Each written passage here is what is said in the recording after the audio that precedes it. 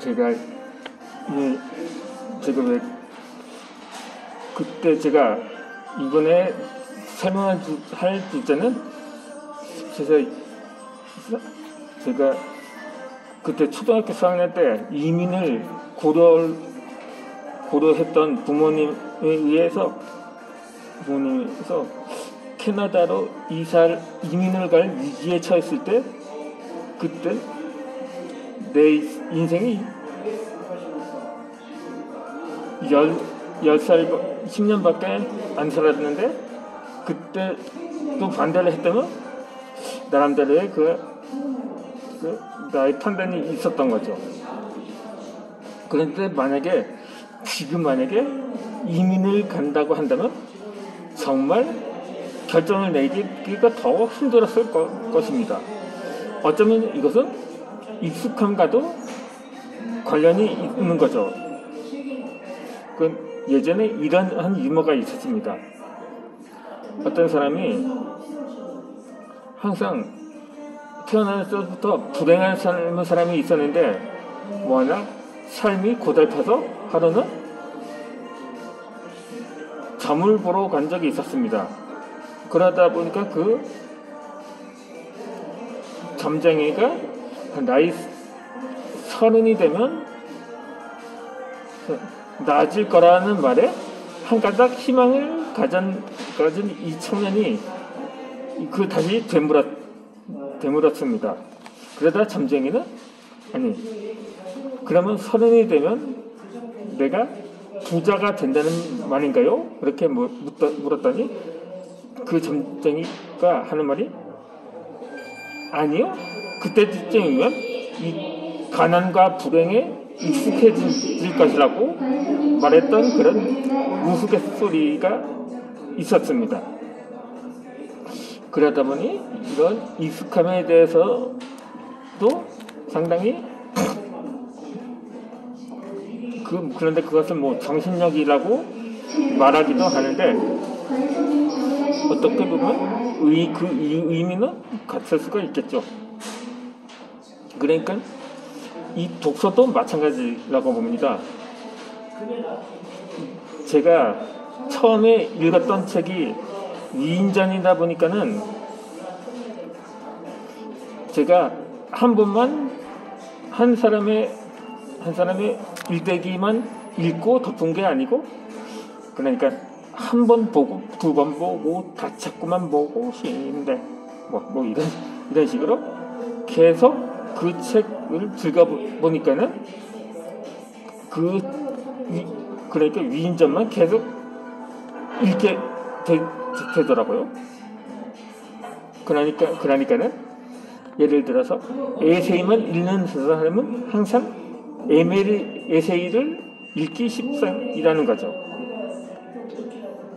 또 판타지죠. 소설을 좋아하는 사람은 그 관련된 책만 즐겨 읽는다는 것입니다. 그러니까 경제 분야, 그러니까 재테크라든가 부동산 관련된 책을 즐겨 읽는 사람은 시집이나 소설 같은 문학 장르는 보지 않는다는 거죠. 그러니까는 자신에게 익숙하고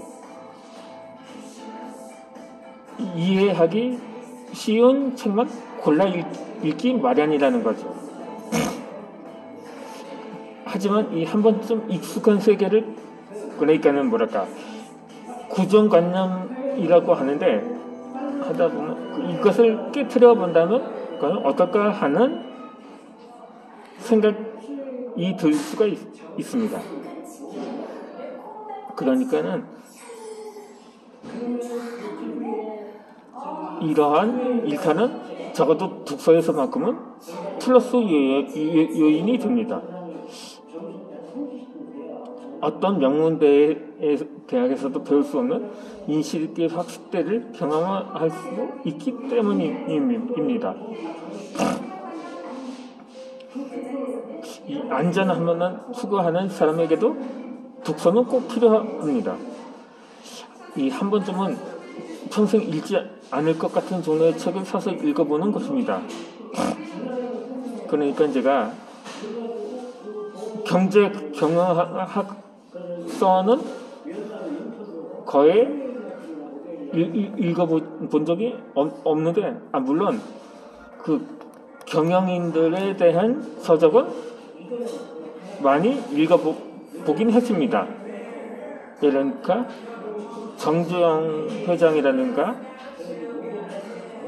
그 밖에 조선시대의 나름대로의 경제와 관련된 인물, 상도 임성옥이라든가 김만덕과 같은 이거 조선시대 경영인에 관련된 책은 그런 위인전이라는 생각으로 접한 적은 있었습니다. 그래도 실질적으로 경제학의 논리나 이론을 닮은 책은 거의 본 적이 없었거든요. 그래서 한 번쯤은 도전해 볼 생각이기도 합니다.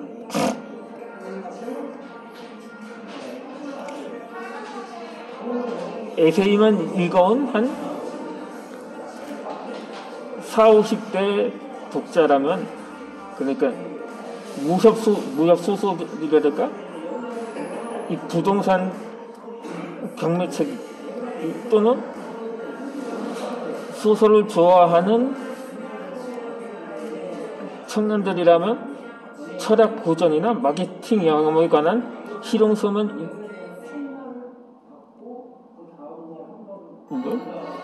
철학 고전이라든가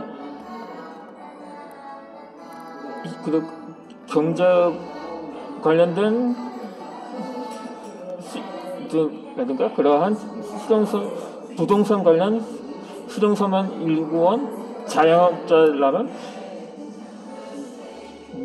추리나 무협소설을 읽어보는 것입니다. 그렇게 다른 세계의 문을 열어보는 것도 추천을 드립니다. 그렇게 이 책을 통해서 다른 시야를 갖는다는 게 어떠한 의미인지 이해가 될 것입니다. 이 독서라는 자체가 공부가 되고 경험이 된다는 것의 진짜 의미를 깨닫게 될지도 모릅니다.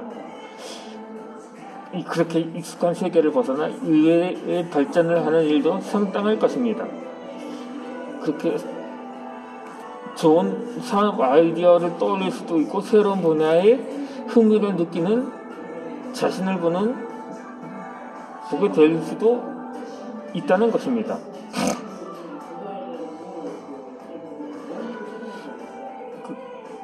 어쩌면 스터디 모임 등을 통해서 때로는 그렇게 질문을 던져가면서 하는 독서도 좋습니다. 내 생각이 끼어든 독서는 다시 말해 끝없이 질문하는 것입니다. 가끔 책을 쓰는 저자의 말은 무조건 다 옳다고 생각하는 사람들이 있습니다. 왜냐하면 책은 옳다고 배웠으니까요. 하지만 저자도 사람인지라 자신만의 편견과 아집에 사로잡혀 있을 수도 있습니다. 저자의 말이 100% 진리는 아니라는 얘기입니다. 그러니까 이것이 정치적인 의도라든가 이념의 차이를 서로 나타날 수가 있을 수도 있다는 거죠.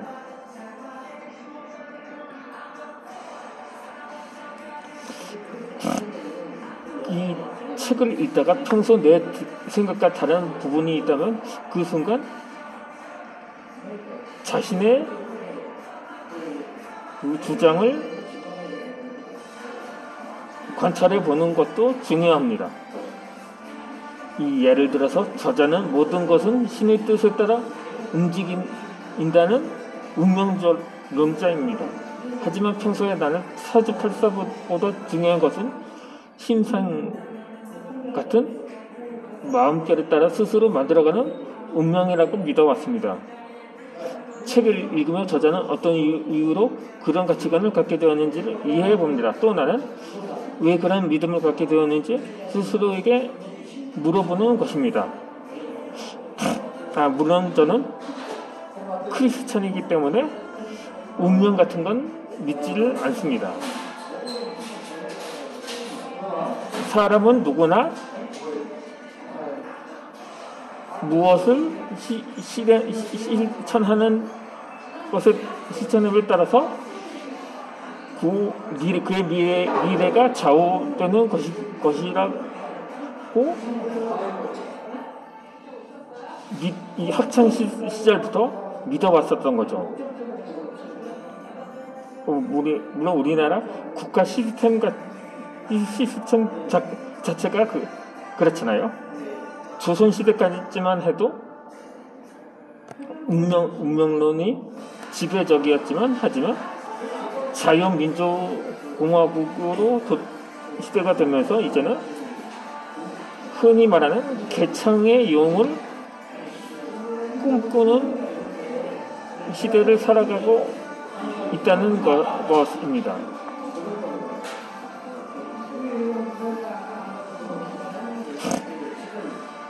좌우지간 이 질문하는 독서에는 아무것도 당연하게 생각하지 않는다는 전제가 깔려 있습니다. 이 차이를 인정하고 이해하기 위해서 끊임없이 물음표를 던지는 것입니다.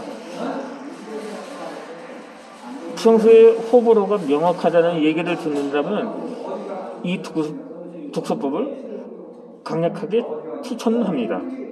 질문을 통해서 나와 다른 상대를 이해하고 틀린 것이 아닌 다른 것일 뿐임을 배울 수가 있습니다.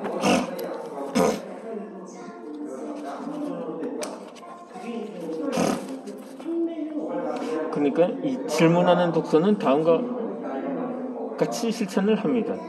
일단 하나의 목차를 읽은 뒤에 가장 핵심적인 질문 하나를 뽑아냅니다. 이어서 핵심 질문에서 나온 다른 질문 몇 가지를 더 고민을 합니다.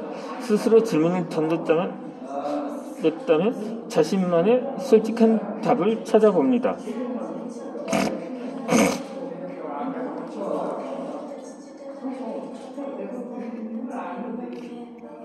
잘라라 기도하는 그 손을의 저자인 사사키 아타루는 몇 번 읽어도 알 수 없는 책만이 책이다라고 단호하게 말했습니다.